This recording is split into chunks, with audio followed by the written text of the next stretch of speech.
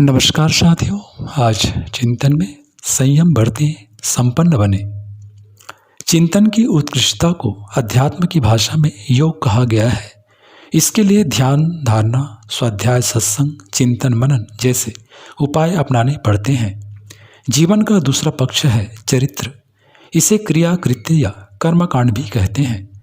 दुष्वृत्ति का निरोध और सत्वृत्तियों का अभ्यास ही वह अंतः क्षेत्र का साहस भरा पराक्रम है जिसे तप कहा जाता है। तप अर्थात संयम, अनुशासन। इसी ऊर्जा के सहारे व्यक्ति पकते और प्रखर होते हैं। धातुओं के परिशोधन में यही प्रक्रिया काम में लाई जाती है। चारित्रिक चार अनुशासन सर्वज्ञात हैं, जिन्हें इंद्रिय संयम, समय संयम, अर्थ संयम और विचार संयम के नाम से बताया जा रहा है। इनके अभाव में असंयम के ऐसे छेद बनते हैं जिनसे होकर ईश्वर प्रदत्त सभी विभूतियां और मनुष्य उपार्जित सारी संपदाएं टपकती रहती हैं।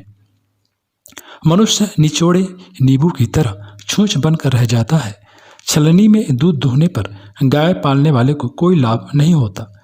तली में छेद रहने पर कुशल मल्लाह की भी नाव को पार लगाने में समर्थ नहीं होता।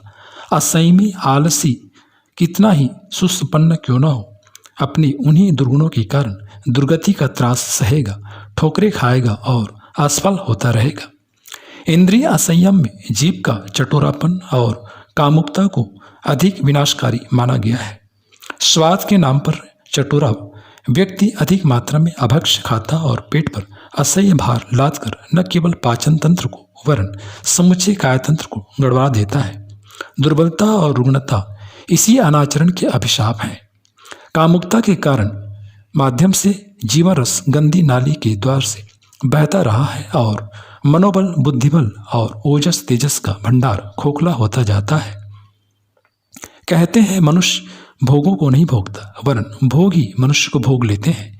समय से पूर्व ही जीर्ण शीर्ण बनाकर अकाल मृत्यु के मुख में ढकेल देते हैं।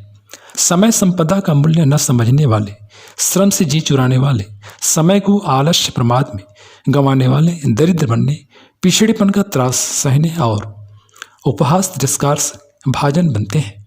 दिनचर्या पर ध्यान न देने वाले, अस्त व्यस्त गतिविधियां अपनाने वाले हर कार्य में असफल रहते हैं। जो समय संयम का महत्व समझते हैं, उन्हीं को प्रगति, समृद्धि का सुयोग मिलता है।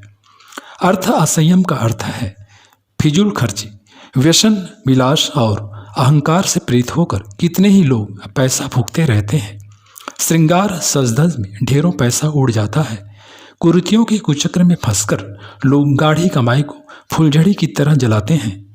यही यदि औसत नागरिक स्तर का जीवन क्रम अपनाया जा सके तो सादा जीवन, उच्च विचार का आनंददायक प्रतिफल हर किसी को सहज ही संभव हो सकता है। विचार संयम का तात्पर्य है चिंतन को अनगढ़, अनैतिक, असंभव कुकल्पनाओं से रोककर सुनियोजित विधि व्यवस्था का ताना बाना बुनने में जुटाए रखना। एकाग्रता, मनोयोग, तन्मयता इसी को कहते हैं। बंदर जैसी चंचल चित्तवृत्ति का नियंत्रण ही मनोनिग्रह है। योग साधना में विविध उपायों के सहारे इसी का अभ्यास करना पड़ता है। वैज्ञानिक, कलाकार, दार्शनिक एवं प्रगतिशील व्यक्ति इसी दक्षता में प्रवीणता प्राप्त करते और अपने लक्ष्य तक पहुंचने में सफल होकर रहते हैं। दूरदर्शिता का मार्ग यही है, जिसमें आरंभ में थोड़ा घाटा उठाकर कुछ ही समय उपरांत असीम लाभ उठाया जा सकता है।